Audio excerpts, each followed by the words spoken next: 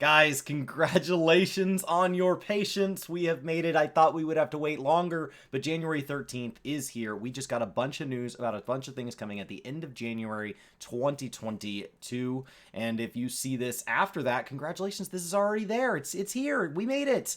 So I have got 4 tabs pulled up. I don't know if the second and third tab are just rehashed information. I've skimmed this a little bit. The 4th tab's just kind of a fun one. This is all news regarding Final Fantasy XIV. So let us jump in. So we're here on the lodestone. This is where all 4 of these are going to live. If you're not familiar with the lodestone, this is our primary landing page where you find news. And so anytime you want to see these, head out to the lodestone. That's where a lot of this stuff gets posted. Yoshi P, our producer and director, has written us a letter that says, "Hello and Happy New Year. Thank you for sticking with us through 2021 and ask for your continued support in 2022. Since officially launching on December 7th of last year, Endwalker has experienced extremely high levels of congestion, causing our players a great deal of frustration. The task of rebalancing jobs also remains, and we continue working on this and other adjustments." Remember, we just went over a recent interview talking about some of the handful of upcoming changes in 6.08. But we've got a lot bigger news here. Before I proceed, just a warning that this announcement covers a wide range of subjects and is quite long. Though I explain things in order, feel free to skip to the sections that interest you when you find a moment. I'm going to go over all of it in the order it's presented. First up, we have Oceanic Data Center. Next, we have talking about the Homeworld Transfer Service. We're going to then talk about the data center travel system. Then we're going to talk about the expansion of the existing 3 data centers, talking about resuming sales. I'll see if that goes over free trial. I've just kind of skimmed this. And then some final notes. We'll move to the next tab. These are further explanations, which I think are just restatements of Homeworld Transfer and Oceanic Data Center, but I'll make sure there's nothing else extra there. For anybody that is new here and is not familiar with how this works, you just play the game. Maybe you're new. Let's assume you're here from WoW, because that's a set of terminology that gets used across a lot of games, and Final Fantasy is a little bit different. So a data center is what we refer to as our regions. There used to only be NA and JP for a long time. We added EU. We are now going to be adding Oceanic to support that part of the world. Right now, those people either have to play with high ping on European servers to have access to people that speak English more predominantly, or they have to play on Japanese servers and then, of course, deal with the language barrier there, but have a little bit less ping. This doesn't require they support any new languages, just bring up some additional servers. So it's an exciting step to see they're still willing to open data centers. I think there's some other regions of the world that we'd love to see those open in the future. Underneath data centers operates underneath these big regions operates our individual servers. These big clusters. WoW would call them like battle groups, kind of. And so on North America, we now have 3. There used to only be 2. And there is Aether and Primal, and there is now Crystal, which was added going into Shadowbringers. And underneath those exist worlds, which a lot of games like WoW would call your server. And so when you talk about server transfer, world transfer, that's what allows you to jump world to world and visit when you have world visit versus a true transfer where you actually make your character live somewhere else. And there's restrictions that go with that. And I imagine, based on previous statements, that this data center is ultimately going to end up feeling very, very similar, with a slight difference in how you get there because of some technical limitations. And so that kind of catches you up on a lot of what you need to know going into this. Everything else, I think, if you've been here through Endwalker launch, you've seen the restrictions on the sales and everything, and we knew this was going to be addressed. It was just a question of when. So, opening of Oceanic Data Center. When is this? We've been planning this for some time, but we will be opening it approximately 2 weeks earlier than scheduled. This may be a little sudden. We'll be bringing it online Tuesday, January 25th. Additionally, taking into account the current number of players in Oceania, the original plan was to initially add 3 worlds and introduce 2 more. In light of recent influx of players, however, we've decided to add 5 new worlds from the start. With this, there should be more than enough room for everybody in Oceania to transfer over. Not everybody will want to, mind you guys. There will be people who are in statics and things like that, and they want to stay where they're at. But this is important for all new players in Oceania. Existing players have a conundrum between, do I move or do I stay where my community is? Those in Oceania who have struggled with network latency issues should also have a better play experience. Now, in the past, when we split off the data centers, EU went to 2, NA went to 3, JP went to, I think it's 3, getting split off, getting pulled off of Aether to Crystal, or choosing to go from Aether to Crystal, left people behind. But that's kind of going away. So this is very, very exciting for everybody involved, because if a whole guild of Oceania wants to hop over, but they have some friends that are still going to be on EU, ideally they're going to be able to play with them if they want to hop over and do some maps one night a week or whatever they want to do. It'll just be, they'll have to use the visit system. This will be explained in detail separately, but with these being new worlds, we'll be offering incentives to transfer them, such as waiving the transfer fee. We hope you take advantage of these bonuses. We do have a couple of other tabs here talking about home transfer and Oceanic data centers, so we'll get to that after this. Recommencement of the Homeworld Transfer Service. Due to server congestion following the launch of Endwalker, the Homeworld Transfer Service is currently suspended. However, with logins becoming less concentrated due to players making progress, the Oceanic Data Center now being ready, will be resuming this service on Wednesday, January 26th.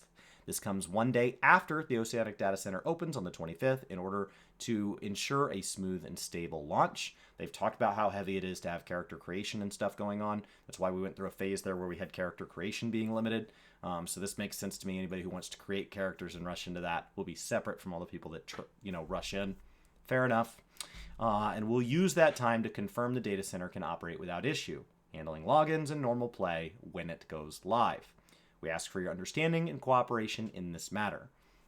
This may not be a few weeks of smoothness. Usually when they do things like this that mess with the servers, they do them mid-patch cycles, so that ideally if it causes any denial of time, I transferred to Oceanic and then they had to take Oceanic down for maintenance for 4 hours, but it was during the only 4 hours I could play, so I didn't get to play all week.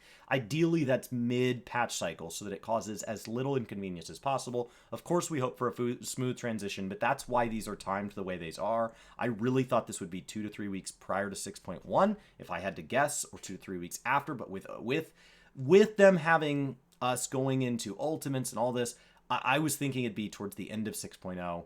I'm shocked they're able to get this out this soon. So, furthermore, upon resumption, the Homeworld Transfer Service will be available to all players in all data centers, not only those transferring to the Oceanic Data Center. Those who wish to change homeworlds may do so, with the exception of transfers to certain congested worlds. If a world's at capacity, they're not going to let you go there. In the past, they've also kind of incentivized, they can incentivize, if it gets too bad, they can incentivize people to move. For details on bonuses for transferring to a new world, there it is. This announcement. We'll go over that after. I thought that's what that tab was as I glanced at it. So the launching of the data center travel system. In response to congestion following Endwalker's release, we had postponed the launch of the data center travel system. It is now being planned for a patch 6.1x patch to briefly explain how the systems work. The players will be able to visit worlds in other data centers within the same physical data center. So what I'm going to use these terms here. We'll see if they get through here. They'll be able to visit worlds. They will not be able to visit other worlds in other regions or physical data centers. Though cross-region travel is technically possible, the implementation is still under consideration. Travel is initiated not while logging into the game, but from the character selection screen. So I have the game booted up here. Let me show you how this would work. So they've gone over this, but it's kind of hard to visualize without seeing the game. So I'm logged in right here. The way World Visit would work right now, the way World Visit works is I simply transfer to Limsa Lamensa, is where I like to go because the market board's right there. And any of the big capital cities, these big capital cities are fine. So I could do this in Ul'dah, I think. But I don't. And I can hop in here and I can say, visit another world server. This is limited to the other ones on Aether. Okay? Now, when I am on these worlds, I will not have access to my retainers. They stay on Sargatanas, which means I will not have access to basically my bank inventory or the ability to list things, send them on ventures. I will also not get like my free company buff, but because we're on the same data center, it's been possible to maintain cross-world link shells. You can still kind of whisper people, so when I open up my friends list, you can actually see other people that are on other worlds. So I can see Midgard Summer. It kind of causes a weird status, so you can update it by clicking this little like heartbeat icon, and it pulls everybody that's on different servers. And I think a lot of that technology piggybacks off like the shared instance server and all that. And so I can see Gilgamesh, Siren, Midgard Summer. That's all great. This is going to be a little different because they are separate sets of computers. Now, they happen to be here in the US, they happen to all three be located in Burbank, California, to the best of my knowledge. But what I will now do is log out. You can imagine during peak times, this is incredibly risky.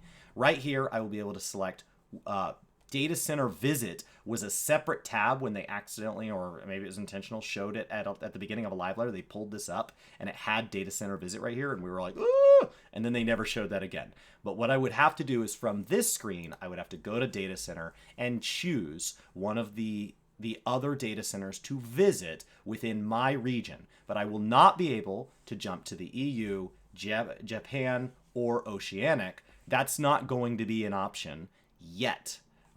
They want to make sure this is stable first. They long-term would love to do that, but you have to imagine at the very least there's ping issues here that you're just inviting wide scale. There are EU players that choose to play over here and vice versa. You know, there's people that go play on JP, but they're choosing to be in bad ping. Making this a broad scale thing would really encourage people to have an experience that might not be optimal. So let's get the kinks ironed out, and then they can long-term hopefully make it to where we can jump across the pond. And so that is how that would work. And then when you're logged in, that means because you're literally somewhere else, so because I'm on Crystal or Primal, I will not have access to my retainers, of course, but I also won't have access to like my friends list and on Whispers and all that stuff. Seems like it won't work. So it kind of feels like you're taking a vacation to, he described these kind of as different countries. And so when I'm in that different country, it might be hard. Like my phone might not work. And so I might not be able to call my friends. I definitely can't go visit my house or check on my dog. And so just picture these as little vacations. I'm going to go over there with the intention. Now the market boards, you will be able to, you can buy on foreign market boards, just like you can buy in a grocery store when you're on vacation. But you can't sell, because that's done through the retainer system. And so that's kind of the limitations. And that is how that works. So as we jump back over, though cross-region travel is technically possible, implementation is still under consideration. Travel is initiated not while logging into the game, but from the character selection screen. So I don't know if it's going to look a little bit different than that, but it looks like you're going to have to log out, and you're effectively transferring your character like you would if you paid, but in a temporary state where your retainers and your house and all that stays behind. As I previously mentioned in a live letter, while the system has been designed to allow cross-region travel, we'll be limiting it to the region within the physical data center at first, in part due to differences in game economy and values. We'll pay keen attention to the opinions of players as we consider whether or not to introduce cross-region travel in the future. Compared to the world visit system we already have in place, the data center visit system will be subject to more restrictions for those functions that are managed per logical data center, such as free company chat and cross-world link shells, because those you're literally leaving your server cluster to go to an adjacent one. It might be in the same physical building, but they're not really plugged into each other. This is due to the fact that it's not possible to keep an eye on chat and cross-world servers outside of the bounds of the logical data center. Aside from that, however, there are just about no restrictions. Be it undertaking quests, forming parties, using Duty Finder, you'll use and play the game as usual. If you have means to communicate with others, such as the Lodestone or the Companion app, should be possible to form static parties, right? Remember, we use a lot of stuff like Discord. So you can hop over. I can hop into Party Finder with somebody on Primal. I can do that. I can hop over to Primal, and I can jump in somebody's party. It's all the same things. I just won't have the ability to list things, is really kind of one of the bigger ones. If you want to join a free company or link shell in another data center, you'll need to transfer your home world, but we think that system will otherwise provide an enjoyable experience. We ask your patience just a little longer. So now we're going to talk about the expansion of individual things. We knew Oceanic was going to expand, but they have now said, hey, all three regions also need to expand. Currently, our Japanese data center comprises of 3 logical data centers and 32 worlds. In 2013, when A Realm Reborn was released, we aggressively increased the number of worlds to cope with congestion. As a result of this, we have now a situation where 10 to 11 worlds are handled by each logical data center, making efficient operation possible. As a result, we are unable to increase the number of simultaneous logins per world in the same manner as with North America and European data centers, leading to extreme congestion. Therefore, from a long-term perspective, we are looking to add 1 more logical data center and lower the volume of worlds per logical data center, thereby significantly increasing the maximum number of concurrent logins possible by several thousand per world. So what they will be doing is, instead of here in NA, we would have Aether, Primal, and Crystal. They have 3. I don't remember the name of them. I just had it pulled up. They're going to be going to 4, but they will be taking the existing 32 worlds that are split across 3, and they will be sending that over 4. That is going to fracture those populations. This will frustrate people who currently have the ability to world visit with somebody, and they get separated. In the past, the way they handled this is there were free migrations, but that doesn't help me if it's like, hey, I raid with Lama Todd, but I run dungeons with Brian, and Brian's on Sargatanas, but Lama Todd's on Midgard-Sormer, and Midgard-Sormer's being sent away. Do I go follow Todd, or do I stay here with Brian? So ultimately, it does fragment communities, but this is they're between a rock and a hard place here. So overall, possible simultaneous logins encompassing all worlds will increase by 50,000 or more. To this end, we would ask you to bear with us as we reconfigure the composition of the worlds from a 3 logical data center configuration to a 4 logical data center creation. Right now, there are 10 worlds, 11 worlds, 11 worlds. It will be a even split of 8, 8, 8, and 8. We believe that taking into account the floor space of the data center where the servers are physically housed and the current semiconductor shortage, that this will be the fastest and most efficient method for a large-scale expansion. In terms of community maintenance, this will involve partial regrouping of worlds, which we understand will cause a great deal of inconvenience to players using the Japanese data center. We intend to do everything in our power to mitigate this by implementing data center transfer through the use of the Homeworld Transfer Service. Okay. We offer our sorry, just misread that. We offer our sincere apologies in advance for any troubles this will cause and appreciate your cooperation in this matter. So data center visit will alleviate a lot of this. It is inconvenient. It will alleviate a lot of this, right? Because they can stay within JP. So those rolling out at the same time is this is the smoothest this could be. It's a lot better than last time where there was no way to you got sent off to Crystal and there was no way to play with people on Aether. The installation of new logical data centers and large-scale changes to world configuration are currently scheduled to be implemented around July of 2022. This will allow us to take the needed time to carefully analyze the situation and prevent matching imbalances in each logical data center. Once again, we ask for your understanding as we proceed with this important upgrade. Keep in mind, guys, we have about 3.5 month patch cycles, so we expect 6.1 to be somewhere in that kind of March-April timeframe. I'd guess the last Tuesday of March if I had to pick one, but it could be a little later, no big deal. And so that does mean kind of the rest of April, May, and June, and so that kind of puts this right in the middle of that July, and so that kind of puts this somewhere in that 6-2 summer time frame, and then we'll be going into 6-3 in the fall as we start to look at what is the FanFest schedule historically, where there's a 3-part FanFest starting with NA in the winter here in the US, and then there's 2 other FanFests, and that starts hype for 7.0. And so we got a big year in front of us, and this is just going to be another chapter in that. So let's talk about North America. Currently in North America, we have 3 data centers and 24 worlds as an 8, 8, and 8 configuration. In order to cope with the drastic increase in player population, we're planning a 2-phase major server expansion. Due to the global shortage of semiconductors, it's taken considerable time to procure server equipment, but the schedule calls for the first phase to be implemented around August of 2022, and the second phase looking at spring or summer of 2023. This is really far for them to announce this. In the first phase of the expansion, scheduled for August, 1 new logical data center will be established and 4 new worlds will be added under it. In the second phase of the expansion, we will add 4 more worlds under the newly established data center, resulting in 4 of the 8, 8, 8, and 8. So we are going to be matching JP. Way to go, NA. While we had originally hoped to add all 8 all at once in August, the semiconductor shortage dictated that we introduce an upgrade in 2 stages. We ask for your understanding and patience in this matter. In addition to the above, we are also considering a yet larger scale upgrade at the time of the next expansion, 7.0. Keep in mind that would probably come out right before so that they can make sure it's smooth. And so we would be looking at, let's assume it's a 2-year cycle, we'd be looking at winter of 2023, or maybe. We will be sure to update you with further details regarding this as our plans take shape. So, what's going on with the EU? The EU data center comprises of 2 data centers and 12 worlds, a 6-6 configuration. In order to accommodate the substantial increase in player population, we are planning a major server expansion in 2 phases. Similar to the NA data center, due to ongoing global semiconductor shortage, it will take time for the requisite server equipment to be delivered. As such, the first phase is scheduled for July of 2022, and the second is for summer of 2023. In the first one, the one in July, a total of 4 new worlds will be added, 2 under each.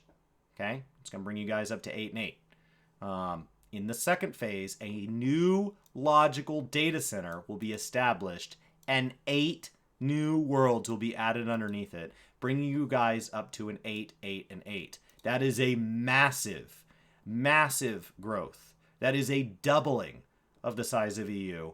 That is incredible. The aforementioned semiconductor shortage requires we carry out this upgrade in 2 stages, and we ask for your understanding and patience as we continue making preparations. What's more, in anticipation of future further expansion, we are working to secure floor space for a 4th logical data center. Preparations are also being made in the event of the addition of this logical data center is needed earlier than anticipated. So, we're busting at the seams, but let's get some new players in the mix. After due consideration to the following factors, we will be resuming digital sales beginning on January 25th at 5 p.m. JST. The opening of the Oceanic Data Center, the capacity to accommodate additional players, our desire to provide a suitable environment for new players in Oceania, playtime and login frequency of our current players is steadily returning to normal levels, as our lives have unfortunately called us back and we cannot play 15 hours a day, not to mention we are completing the story and we are going into kind of more maintenance mode, leveling things, getting your gear, having a good time, but not binging heavy story. That makes sense. However, in the event servers continue to experience extreme levels of congestion, we may consider suspending digital sales again. We are aware that certain worlds are experiencing high server traffic at peak times, and while some may consider this decision to resume sales to be premature, we ask for your understanding in this matter. We would also like to resume registration of the free trial after monitoring server stability a while longer. So the free trial is coming back. Let's make sure that we're not breaking things. And there we go.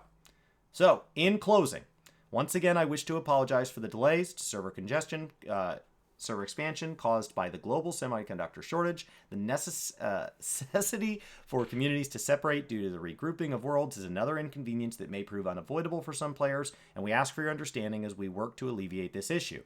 Despite these hardships, however, we believe the server expansion is a significant step forward in providing players the best gaming experience possible in Final Fantasy XIV. Work on bolstering the servers will continue well into 2023, expending a vast amount of financial resources and manpower, but we will do our utmost to ensure this endeavor has no negative impact on your ability to play, so we would appreciate your support while you continue on your adventures. As mentioned earlier, we are hard at work not only on further job adjustments, but other exciting new content for the 6.x series, as well as our plans for the next expansion, 7.0.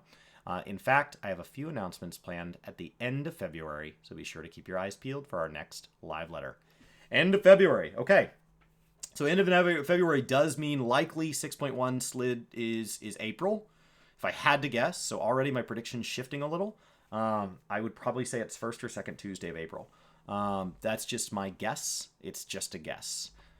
Based on kind of how these things have played out. There will be a second live letter that will be basically exactly 2 weeks prior. So when we get to that first live letter at the end of February, they'll announce a second live letter. I'm guessing the last Friday or second to last Friday of March. And when that is announced, the moment that date's announced, we will know the patch date.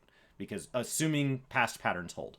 So let's talk about Homeworld Transfer Service, which is currently suspended due to congestion. Will resume on the 25th. Once its players will be able to transfer to their homeworld to the Oceanic Data Center, as well as existing worlds with the exception of congested worlds.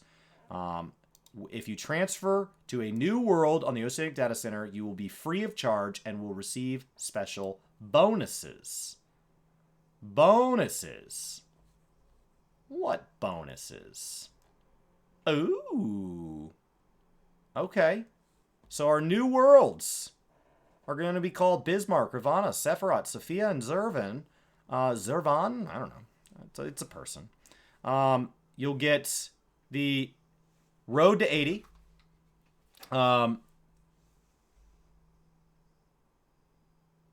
Level 30 would get you 1,000,000 gil and 15 days of free playtime, which is pretty typical for, limited ones per account. That's the thing that news always do.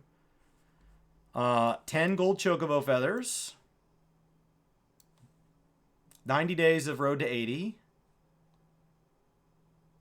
You'll be compensated for your estate, which is typical. Don't relinquish it. When you do the world transfer, it'll relinquish and pay you. Nice. Nice. All right. Nice. So that's what the other one is. Good. And then, for the fun announcement, guys, remember, this is a time of year that we have lots and lots of holidays. The Halloween-style event, All Saints Wake, was unable to be back in kind of that October, November, where we're used to it. And they said it would still happen. So here it is, All Saints Wake. I think that's when it usually is. Yeah, it's the pumpkins. January 20th through February 2nd. So be sure, you guys, there is a existing...